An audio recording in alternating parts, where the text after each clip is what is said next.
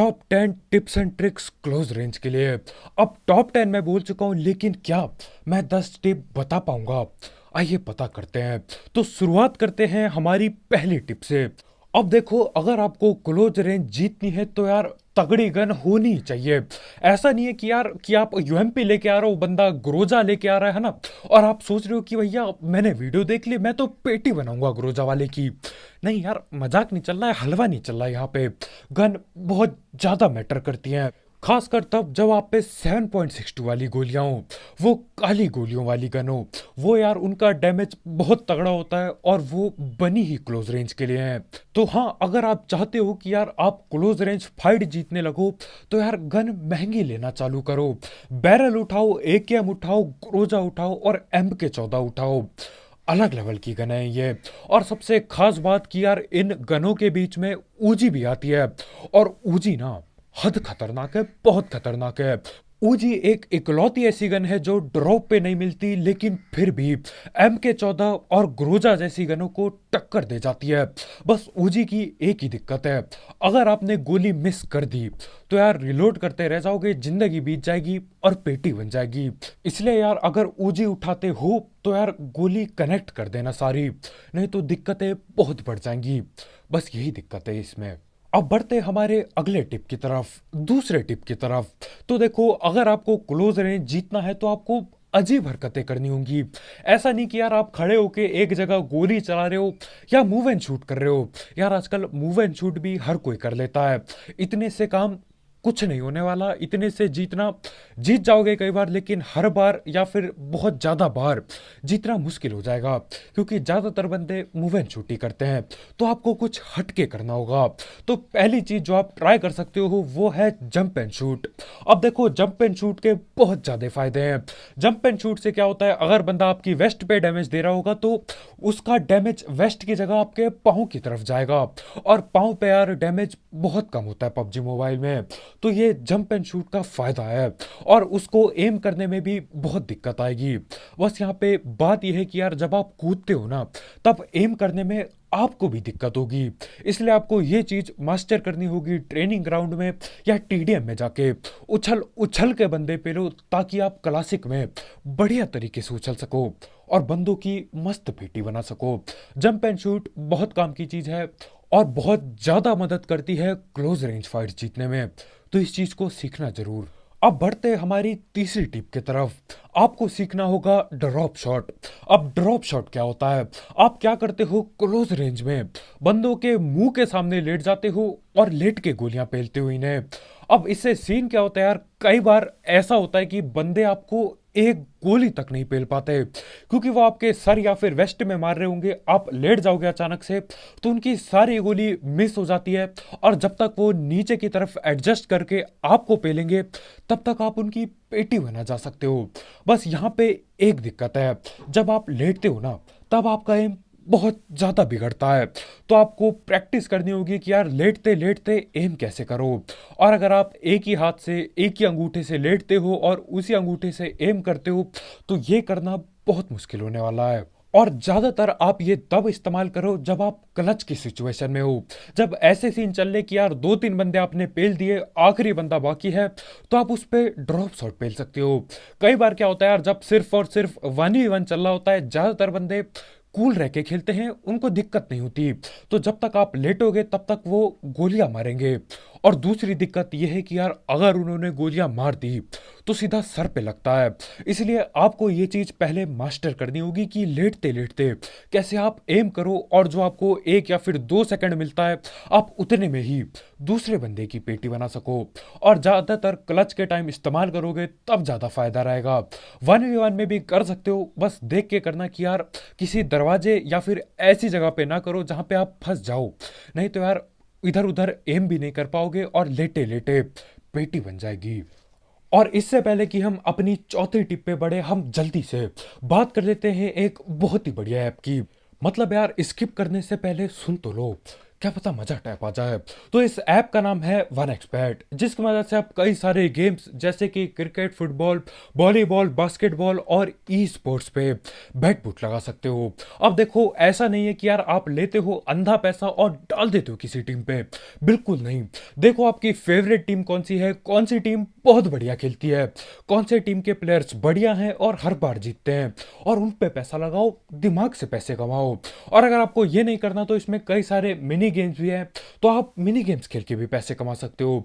साथ ही साथ इसकी सबसे बढ़िया बात यह है कि यार आपको आपके पहले डिपॉजिट में मिलता है 7,000 रुपये तक का बोनस या फिर 100% बोनस। तो देखो, अगर आप 7,000 रुपये डिपॉजिट करते हो, एग्जाम्पल है ये एक, तो आपको 14,000 रुपये मिलेंगे और आप उनसे और भी पैसे कमा सकते हो। और जीते हुए पैसे विड्रॉ करना बिल्कुल आसान है, क्योंकि इसमें पेटीएम, पेपाल, गूगल पे सब कुछ अवेलेबल है। आप आराम से विड्रॉ कर सकते हो, बिल्कुल ट्रस्टेड वेबसाइट है। तो हाँ यार, अगर आपको इस सब चीज़ का शौक है, इस ऐप को ट्राई करके देखो। इसकी लिंक कमेंट सेक्शन में होगी, बिल्कुल टॉप में। और अगर आप हमें सपोर्ट करना चाहते हो और भी ऐसे वीडियोस के लिए, तो देखो, पैसे डिपॉजिट करना जरूरी नहीं है, आप बस रजिस्टर कर सकते हो और उससे भी हमें काफ़ी हेल्प मिलेगी। इसकी लिंक कमेंट सेक्शन में होगी, बिल्कुल टॉप में। अब चौथी टिप यह है कि यार हर बार जब भी आप क्लोज रेंज में फाइट कर रहे हो, बंदों को घुमा घुमा के पेलो। सीन क्या होता है, समझ लो आप कंटेनर के आसपास हो और आपके कंटेनर के सामने वाले कंटेनर में ही दूसरा बंदा टीपीपी ले रहा है। अब क्या होता है, आप राइट से जाते हो, राइट से थोड़ा सा फायर देते हो, वो भी फायर देता है, दोनों को डैमेज होता है, समझ लो। लेकिन अगली बार वो क्या सोचेगा कि आप दोबारा से राइट से आओगे, लेकिन आपको राइट से नहीं जाना है, घूम के लेफ्ट से जाना है। और अगर लेफ्ट में भी वो आके गोलियां चलाने लगता है तो दोबारा से पोजीशन चेंज करो। अगर वहां पे बात नहीं बन रही है तो अगले बगल कंटेनर में चल जाओ, पोजीशन चेंज कर करके खेलो। इससे कई बार क्या होता है, फुट स्टेप सुनने में बंदों को दिक्कत हो जाती है और आप आराम से पेल पाओगे, क्योंकि यार वो एक ही जगह खड़ा है लेकिन आप इधर उधर हिल डुला के खेल रहे हो। और हाँ, ये चीज़ मैंने एक बार मैच में नहीं की थी, जिसकी वजह से यार 1v4 कर बैठता मैं, 3 बंदे नॉक करे थे। लेकिन मैं गलती क्या करता हूँ, जिस तरफ से पहले मैं गया था बाकी बंदों को नॉक करने, मैं दोबारा से उसी तरफ से जाता हूँ। अगर मैं दूसरी तरफ से घूम के जाता तो 100% गारंटी मैं 1v4 कर जाता। अगली बार से ध्यान रखना होगा यार। देखो, टिप्स एंड ट्रिक्स का यही सीन है, वीडियो हर कोई देखता है, सुनता हर कोई है, लेकिन करने के टाइम पे हर कोई भूल जाता है। तो बस याद रखना होगा आपको। और देखो कैसे जीतते हो क्लोज रेंज। अब हमारी पांचवी टिप यह है कि यार क्राउच एंड फायर मेरे हिसाब से इस्तेमाल करना बेवकूफ़ी है एक तरह से। मुझे पता है यार, पहले वीडियोस में मैं क्राउच एंड फायर का बहुत चीज़ बताया था, लेकिन देखो, अभी इतना गेम खेल के, इतने महीने या फिर साल और खेल के, मेरे को ये बात पता चल रही है कि यार क्राउच एंड फायर के फायदे बहुत कम हैं और घाटे बहुत ज़्यादा हैं। और ये कौवा यहाँ पे क्यों चिल्ला रहा है आके, क्या करूं मैं इसका। खैर, कौवा गया कद्दू लेने, आओ बात करते हैं क्राउच एंड फायर का। अब इसके मैं घाटे बताता हूँ। क्राउच एंड फायर से पहली बात, आपका एम अगर सर पे होगा तो वो नीचे आ जाता है। जैसे आप क्राउच दबाते हो तो आपका कैरेक्टर नीचे आता है, उसके साथ साथ क्रॉस हेयर भी थोड़ा नीचे की तरफ आता है। उससे देखो, जो भी गोलियां सर पे आप पेलने वाले थे वो सर पे नहीं लगेंगी।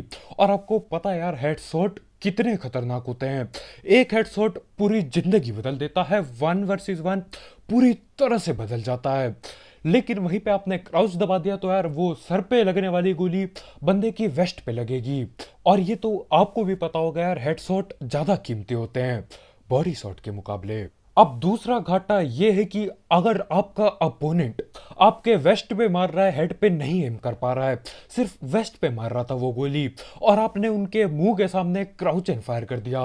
अब देखो, जो गोली आपके वेस्ट पे लगनी थी ना, वो अब आपके सर पे लगेंगे बिल्कुल सीधा कटाक से, और आपकी पेटी बनेगी बिल्कुल फटाक से।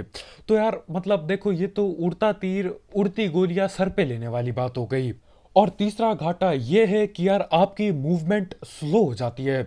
अगर आप इधर उधर जिगल जुगल करके पेल रहे हो, जिसके बारे में आगे बात करेंगे, वो मूवमेंट स्लो हो जाती है, क्योंकि आपको भी पता है यार, क्राउच की स्पीड कम होती है खड़े होने के मुकाबले। तो तीसरी दिक्कत ये है। अब देखो, आप बोलोगे कि यार मूवमेंट तो जंप में भी शायद कम होगी, लेटने में भी कम होगी, लेकिन जंप और लेटने वाले में बहुत फर्क पड़ता है। जंप शॉट से क्या होगा, गोलियां आपके पाँव में लगेगी। पूरा का पूरा लेटने से क्या होगा, अगर बंदा वेस्ट पे भी मार रहा है तो उसकी गोली सारी मिस हो जाएंगी, उसको एडजस्ट करना होगा आपके सर पे, और तब जाके आपके वो सर पे पेल पाएगा। लेकिन यहाँ पे यार मतलब वो वेस्ट पे ऐसे ही मार रहा था, आपने उल्टा क्राउच दबा दिया और अब उसने सर पे गोलियां पेल दी। तो हाँ देखो यार, कभी कभी काम कर जाता है और कभी कभी धोखा दे जाता है क्राउच एंड फायर। तो मेरे हिसाब से ये इस्तेमाल ना करके बाकी चीजें इस्तेमाल करो। आप जिगल ट्राई कर सकते हो। हाँ, अगली टिप है हमारी जिगल एंड फायर, या हिला डुला के पेलना गोलियां। तो हाँ, छठी टिप है जिगल एंड फायर। अब देखो, जिगल में ज्यादा कुछ नहीं, बस आपको हिला डुला के गोलियां पेलनी होती है। अब हिला डुलाने का सीन क्या रहता है यार, अगर आप ज्यादा हिल डुल रहे हो तो बंदे आपको गोली जल्दी से नहीं पेल पाएंगे। लेकिन वहीं पे आप ज्यादा हिल डुल रहे हो तो यार आपको गोली पेलने में भी थोड़ी सी दिक्कत आएगी। तो दोबारा बात वहीं पे आ जाती है यार, प्रैक्टिस पे बात आ जाती है। इसे प्रैक्टिस करने के लिए आप इधर उधर हिलो और एक जगह पे क्रॉस हेयर रखो, एक टारगेट रखो और उस टारगेट पे हिलते डुलते हुए फायर करते रहो। बिल्कुल लेफ्ट राइट मूवमेंट देते रहो और उस बंदे पे या फिर उस टारगेट पे फायर करते रहो। अब जिगल का ये सीन है कि यार ऐसा नहीं कि भैया आपने जॉयस्टिक लिया बस यह रगड़ दिया, हलवा नहीं चल रहा है यहाँ पे। आपको ऐसे जिगल करना होगा कि यार थोड़ी सी मूवमेंट हो, थोड़ा सा आप असल में जाओ लेफ्ट राइट। नहीं तो क्या होगा, आप एक ही जगह पे हिलते डुलते रहोगे, एक पाँव इधर जाएगा थोड़ा सा, दूसरा पाँव उधर जाएगा, लेकिन ओवरऑल देखा जाए तो आप वहां से हिले भी नहीं होगे। और इतना कम हिलते में ज्यादा फर्क नहीं पड़ता है। देखो, जब बंदे सको बगैर खोले गोली चलाते हैं ना, तब यार एक ही जगह पे अगर आप थोड़ा सा हिल रहे हो तो कुछ नहीं होने वाला। इसलिए आपको मीडियम रेंज का जिगल देना होगा। आपको एक बैलेंस में चीजें करनी होंगी। आपको इतना लंबा भी नहीं जाना कि यार एक तरफ मूव एंड शूट जैसा ही हो जाए कि यार लेफ्ट भाग रहे हो तो लेफ्ट ही भाग रहे हो, राइट भाग रहे हो तो राइट ही भाग रहे हो, वैसा नहीं करना। और ऐसा भी नहीं करना कि आप एक ही जगह पे एक पाँव इधर कर रहे हो फिर दूसरा पाँव उधर कर रहे हो, नहीं। मीडियम बिल्कुल ठीक सा देना होगा कि यार सामने वाले बंदे को जब वो बगैर स्कोप खोले आप पे गोलियां पेले, तब उसको एम अपना थोड़ा इधर उधर हिलाना पड़े, तब फायदा होगा। ज्यादातर बंदों को देखा यार मैंने, वो तेजी से करने के चक्कर में एक ही जगह खड़े रह के इधर उधर करते रहते, मतलब कैरेक्टर असल में हिलता भी नहीं है, बस उनको लगता है कि कैरेक्टर हिल रहा है। वो मत करना, बिल्कुल मीडियम बैलेंस जिगल करना, वो ज्यादा फायदा देगा। अब सातवीं टिप ये है कि यार ये पहले ही जान जाना कि सामने वाले बंदे पे आखिर कौन सी गन पड़ी है।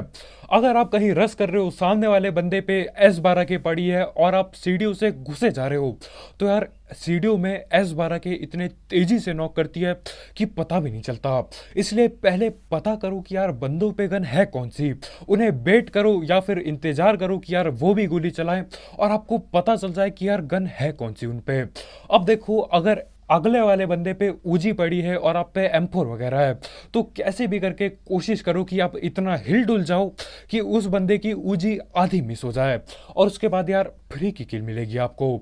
उस बंदे पे अगर ग्रोजा पड़ी है तो आपको ऐसा कुछ करना होगा कि यार आपकी पहली गोलियां पहले लगे। देखो, उस पे ग्रोजा पड़ी है, आप पे M4 पड़ी है, तो आपको कहीं से ऐसी जगह से जाना होगा या उसको ऐसी जगह पे फंसाना होगा कि आप उसे पहले एक दो गोलियां मार पाओ, उसके बाद वो आप पे गोलियां पहले। अब ग्रोजा तो यार नेक्स्ट लेवल गन है, मतलब एक दो M4 की गोली मारने के बाद भी अगर वो चलाता है ग्रोजा और सारी लगती हैं आप पे, तो भी आप ठिल जाओगे। लेकिन वही बात है यार, अगर आप बढ़िया तरीके से उसे फंसाते हो, गोल गोल घुमाते हो और पहले आप फायर करते हो, दो तीन गोली पहले आप लगा देते हो, तो सस्ती गन से भी आपके चांस ज्यादा हो जाएंगे जीतने के वो 1v1। तो हाँ, गन पता करो यार है कौन सी गन उस पे। अब आठवीं टिप ये है कि आप बगैर स्कोप खोले अगर आप गोलियां चलाते हो तो हो सके तो लेजर साइट ले लो। मेरे हिसाब से यार दो दो ग्रिप लेके चलो बैग में, एक ऐसी ग्रिप जो आपकी दूर स्प्रे देने में मदद करे और एक ऐसी ग्रिप जो आपको क्लोज रेंज में मदद करे, खासकर तब जब दूसरी गन आप पे बोल्ट एक्शन पड़ी हो, जैसे कि कार 98 या फिर AWM। सोचो आप M4 और चला रहे हो M4 के साथ AWM, तो अगर आप क्लोज रेंज रश कर रहे हो और वैसे भी बगैर स्कोप खोले चलाओगे तो लेजर साइट रखो ताकि एक्यूरेसी और बढ़ जाए। अगर M4 की जगह बैरल चला रहे हो तब तो यार लेजर साइट होना ही चाहिए, क्योंकि क्लोज में वही लेके घुसोगे और M4 से ज्यादा बहुत ज़्यादा रिकॉइल या फिर गोली का फैलना ज़्यादा होता है बैरल का, तो वहाँ पे लेज़र साइट बहुत काम आएगी। तो हाँ, हो सके तो 2 ग्रिप लेके चलो और देखो कौन से टाइम पे कौन सी ग्रिप इस्तेमाल करनी है। मानो या ना मानो यार, लेज़र ग्रिप, लेज़र साइट काफ़ी काम आती है। अब नवी टिप ये है कि यार, अगर आप पे टीपीपी है, आप टीपीपी ले रहे हो और सामने वाला बंदा टीपीपी के अगेंस्ट रश कर रहा है, तो वहां पे जीतना 1v1 बहुत ज्यादा आसान हो जाता है। क्योंकि देखो, आप टीपीपी लेके बैठे पड़े हो एक जगह पे, और टीपीपी इसलिए बहुत खतरनाक होती है। साफ साफ आप देख पा रहे हो कि कौन कहाँ से आ रहा है, कितने बंदे आ रहे हैं, कब चलेगा, कब ये सांस लेगा, आपको सब कुछ पता है।